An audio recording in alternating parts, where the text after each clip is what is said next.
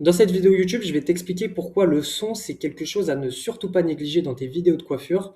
Je vais te montrer un exemple à ne pas suivre et comment remédier à un problème que tu peux rencontrer. D'abord, je vais te parler du matériel. Moi, j'utilise les micros DJI. Donc, c'est les derniers, c'est des micro-cravates. Ça se met juste sur le col du t-shirt. Et tu as un boîtier à brancher en USB-C sur ton téléphone pour avoir une qualité de son parfaite. Maintenant, c'est un investissement. Moi, ce que j'ai, c'est les dernières générations, ils coûtent plus de 300 euros. Mais le mot investissement, faut que tu le gardes en tête. Parce que quand tu as acheté tes premières tondeuses pour faire tes premières coupes, tu as investi un certain budget. Ici, c'est le même principe. Tu investis dans ta qualité de micro pour créer du meilleur contenu que les autres. Maintenant, je vais te montrer un cas qu'on a rencontré avec mon élève Giza. Il a tourné sa vidéo dans un entourage très bruyant, comme ici, regardez.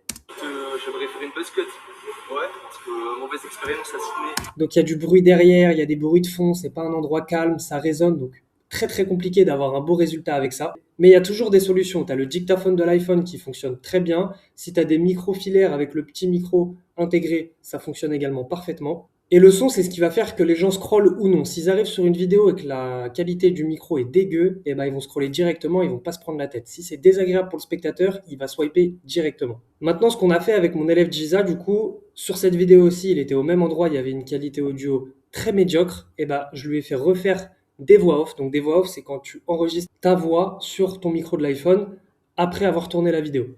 Pareil, même principe, il faut que ce soit un endroit calme, qui résonne pas et où la qualité du micro doit être parfaite. Donc lui, il me semble qu'il l'a fait dans sa voiture, mais tu peux le faire dans ta chambre. Bref, quoi qu'il arrive, évite tout ce qui est salle de bain, rue. À partir du moment où il y a des endroits parasites, ce sera mauvais pour la vidéo finale. Et voilà, le résultat, c'est qu'avec les voix off, on a pu doubler ce que se disait son client et lui sur la vidéo, et ça donne ce résultat. Tu veux partir sur quoi? On part sur un dégradé progressif, bas blanc, et tu disais parce que sur le tu peux me faire la barbe aussi, dégradé progressif, et avec la moustache. Allez, vas-y. Donc il y a toujours des solutions, mais le micro, c'est la partie importante à ne surtout pas négliger dans tes vidéos. Si la qualité est mauvaise, tu vas perdre du temps à refaire des voix off derrière, donc prends le temps et investis directement pour que la qualité audio soit parfaite au moment du tournage.